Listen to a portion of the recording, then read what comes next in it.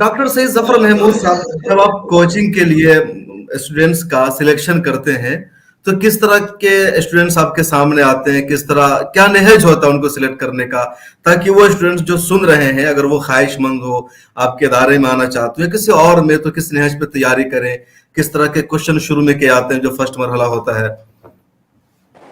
जी, आपने अच्छा किया, ये बहुत अच्छा सवाल पूछा आपने। तो उसमें एक हम तो जो कैंडिडेट्स लेते हैं उनको ग्रेजुएट होना ज़रूरी है और वो अप्लाई करते हैं ऑनलाइन। अभी हमारा खुलने वाला है इंशाल्लाह। अब अगला जो 2023 में प्रीलिम्स होगा उसके लिए सिलेक्शन हमारा खुलने वाला है ऑनलाइन, इंशाल्लाह जून में ही खुल जाएगा। तो ऑनलाइन सब लोग देखते रहें हमारे zakatindia.org की वेबसाइट के ऊपर, उसमें ऑनलाइन अप्लाई करें। इनफैक्ट हर तरफ से सवालात आना शुरू हो गए, लोग पूछ रहे हैं कब खोल रहे हैं, कब शुरू कर रहे हैं, वगैरह वगैरह। तो आपने जो बात दूसरी पूछी वो बहुत अच्छी सब है कि अभी से उनको तैयारी, जो बच्चे इसमें इंटरेस्टेड हैं उनको तैयारी किस तरह से करनी चाहिए। तो वो मैं आपको ये अर्ज़ करूँ कि जो बच्चे क्लास 8वां पास कर लें, 8वां पास करने के बाद ही बच्चे का जहन बन जाना चाहिए, वरना वालिदैन को और टीचर्स को और आप जैसे साहिबान को मिल करके मोटिवेट उसी वक्त से कर देना चाहिए। उसमें ये है कि जो उन्हें तो पढ़ना है, 9th 10th 11th 12th graduation करना है, पोस्ट ग्रेजुएशन करना है, वो सब वो उनको पढ़ना है। लेकिन जो उसके लिए जो पढ़ें, उसके अलावा उनको 3 घंटे 2.5-3 घंटे रोज़ जो हम बताएं वो पढ़ना है। मसलन ये कि जो न्यूज़पेपर है, अंग्रेज़ी का न्यूज़पेपर और प्रेफरेबली द हिंदू, इस अखबार को रोज़ 1.5 घंटे पढ़ना है, कम से कम 1.5 घंटे पढ़ना है। और ऐसे पढ़ना है जैसे कि उस अखबार को पढ़ने के बाद इम्तिहान होने वाला है, और उसमें जितनी सीरियस चीज़ें हैं वो पढ़ करके और उसके अपना एक रजिस्टर अलग से खोल करके उसके अंदर नोट्स बनाने हैं। जितने सीरियस टॉपिक्स हैं उसमें से हर एक के बारे में 4-4 5-5 लाइन पढ़ने के बाद उसमें लिखना है, और उसको उन टॉपिक्स को अल्फ़ाबेटिकल ऑर्डर में रजिस्टर में बांट देना है, और शुरू में उसकी लिस्टिंग करके इंडेक्स बना देना है। उसके बाद फिर दूसरे दिन, तीसरे दिन, 10 दिन बाद, 1 महीने बाद वही टॉपिक जब फिर आता है अखबार में, तो फिर नए कुछ फैक्ट्स एंड फिगर्स सामने आएंगे, कुछ नए हक़ायक़ उसी टॉपिक से मुताल्लिक़, उसको वहीं जा कर के दोबारा लिख दे कि नीचे लिख दे कि अब ये नए इसके अंदर आए। इस तरह से मुख्तलिफ जो टॉपिक्स हैं उनके ऊपर नई मालूमात जोड़ करके ये एक बहुत ही उम्दा किस्म का तैयार हो जाएगा मवाद। एक तो काम ये करना है बच्चों को, 9th क्लास से ही ये काम शुरू कर देना है, और अगर 9th से नहीं शुरू किया, जब भी आए जहन में तब शुरू कर दे। BA के फर्स्ट ईयर में तभी शुरू कर दे, नो प्रॉब्लम। तो एक तो काम ये करना है। दूसरा काम ये करना है कि इसकी NCERT, national council for educational research and training, उसकी पब्लिश की हुई जो किताबें हैं जो दर्जे 6 से लेकर दर्जे 12 तक पढ़ाई जाती हैं, science, mathematics, English, social studies, ये 4 किताबें, ये 4 सब्जेक्ट की किताबें, ये 7 साल होते हैं, तो 28 किताबें हुई। उनको स्लोली करके थोड़ा रोज़ पढ़ते रहना है। वो भी ऐसे पढ़ना है एज इफ कि उसके अंदर इम्तिहान देना है। वो पढ़ चुका हो तब भी पढ़ना, और उसको कोशिश करना है कि उसमें जितनी इंफॉर्मेशन हो वो सब अपनी फिंगर टिप्स पे आ जाए उसे। यानी कि जैसे पहाड़ा याद होता है, 2 दूनी 4, 2 है ना, 2 3 6, 2 3 कहा तो 6 ही निकलेगा, उतना याद हो जाए। उससे फ़ायदा ये होता है कि वो जो इंफॉर्मेशन हमने पहले से गैदर कर ली और रट ली और समझ में आ गई, उसको प्रोड्यूस करने में एग्जामिनेशन हॉल में फिर टाइम नहीं लगता, टाइम की सेविंग हो जाती है, तो दूसरे कैंडिडेट के मुकाबले में मार्क्स ज़्यादा मिलने की उम्मीद रहती है।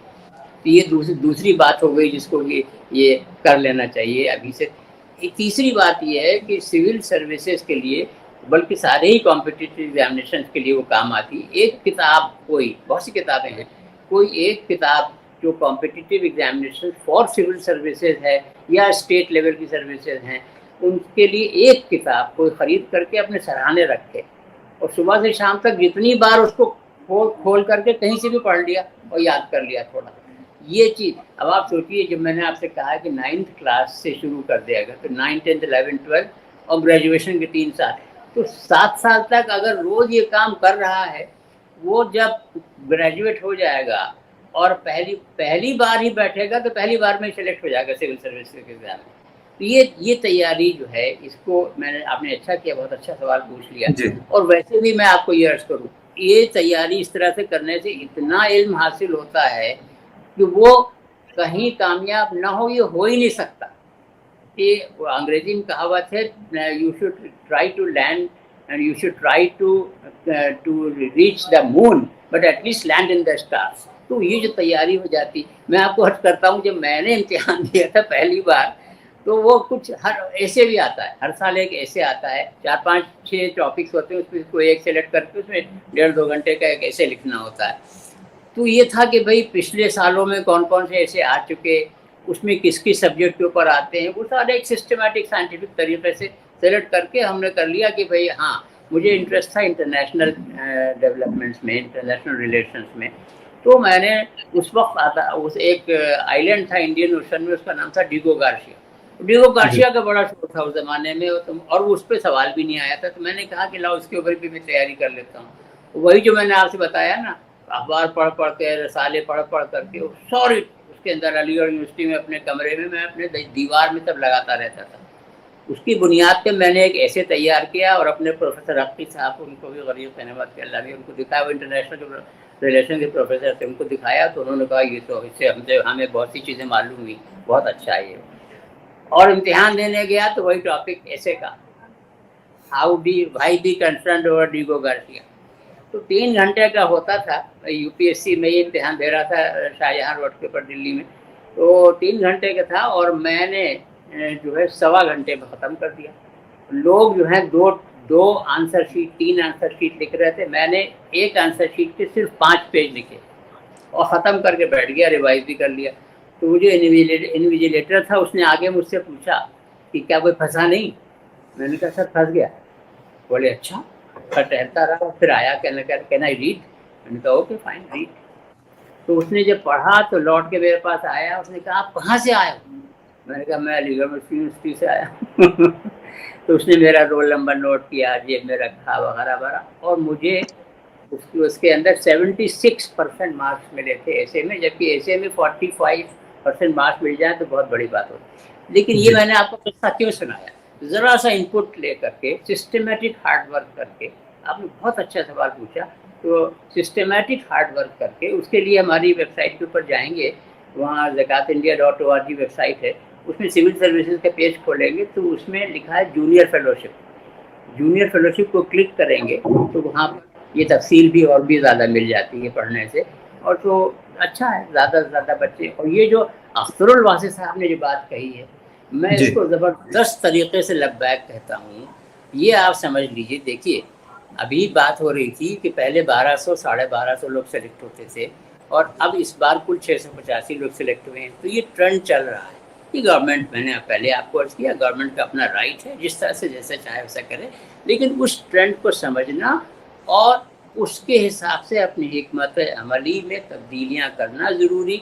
یہ جو ہے وہ سوسائٹی کا وی دا پیپل, یہ وی دا پیپل کا کام ہے کہ اس کو سمجھے اور اس کے حساب سے جو اپنے اندر تبدیلی کرنی ہو, اپنے اپروچ میں, اپنی اسٹریٹجی میں, وہ کرنی چاہیے.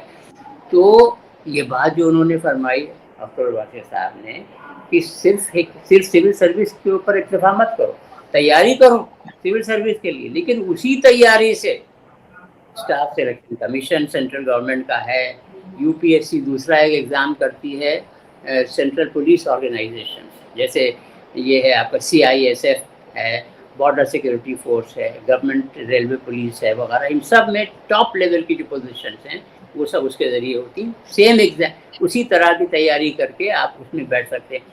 دین جو اسٹیٹ لیول کے پبلک سروس کمیشنس ہیں, there are 29 public service commissions, ہر ایک ایگزام ہر سال کرتا ہے, اس میں بیٹھنا, اور اس میں بھی ڈفرینٹ لیولس کے اوپر. یہ نہیں کہ صاحب یا تو میں ٹاپ پہ جاؤں گا ورنہ میں سڑک پہ رہوں گا, یہ تو غلط ہے, ٹھیک نہیں ہے. تو اس میں اپنی جو اپروچ ہے اس کو ڈائیورسیفائی کر کے اور براڈ بیس کرنا ہوگا کہ جو بچے تیاری کریں, ایک تو زیادہ سے زیادہ بچے تیاری کریں, اور جو تیاری کریں اس کا فائدہ اٹھائیں کہ خالی سول سروس میں نہ بیٹھیں بلکہ اسٹیٹ لیول کے ایگزامینیشن میں, اسٹاف سلیکشن کمیشن میں اور دوسرے ایگزامینیشن میں بھی بیٹھے اسی سے.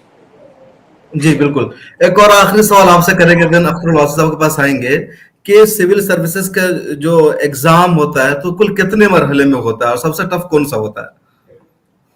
ऐसा है, सब बराबर के टफ होते हैं। इसके 3 मरहले होते हैं। एक तो पहला कहलाता है प्रिलिमिनरी एग्जामिनेशन, तो शॉर्ट में प्रीलिम्स कहते हैं। उसके ही अंदर मैंने आपको बताया था कि तकरीबन 1 मिलियन शायद आखिर बच्चे। तक हाँ अप्लाई करते हैं, लेकिन सीरियस जो उसमें बैठते होंगे वो शायद आधे मिलियन, वो भी हैं आधे मिलियन। बहरहाल उसकी बुनियाद के ऊपर उसमें सिर्फ जनरल स्टडीज़ के पेपर्स होते हैं। जनरल स्टडीज़ कहते हैं जनरल नॉलेज को, बट लेकिन वो हाईली स्पेशलाइज्ड नॉलेज है, जो मैंने अभी आपको बताया, थोड़ा सा इशारा किया। तो उसके पेपर्स 2 पेपर्स होते हैं। उसकी बेसिस के ऊपर वो समझ लीजिए जो आधे मिलियन लोग बैठे, 5 लाख लोग, 6 लाख, उसमें से करीब 25,000 या 30,000 लोग सेलेक्ट हो जाते हैं। वो उनका फिर दूसरा एग्ज़ाम होता है नेक्स्ट लेवल का, उसको कहते हैं मेंस, MAINS, मेंस एग्जामिनेशन। तो मेंस एग्जामिनेशन में 25-30 हज़ार लोग बैठते हैं और वो बड़ा एग्ज़ाम होता है। उसके अंदर एक अपना कोई ऑप्शनल भी होता है, अदरवाइज जनरल स्टडीज़ के उसमें 5 सब्जेक्ट होते हैं जनरल। एक ये होता है, लैंग्वेज होती है, और एक एसे का एग्ज़ाम होता है। उसकी भी बड़ी स्पेशलाइज्ड तैयारी करनी होती है, तो पहले से ही तैयारी भी उसकी कर लेनी चाहिए। वो सेकेंड स्टेज हो गई। और उसमें भी जो लोग कामयाब हो जाते हैं वो तकरीबन 3,000, 2,500 से लेकर 3,000 लोग होते हैं, जो कि यूपीएससी में पर्सनालिटी टेस्ट के बुलाए जाते हैं।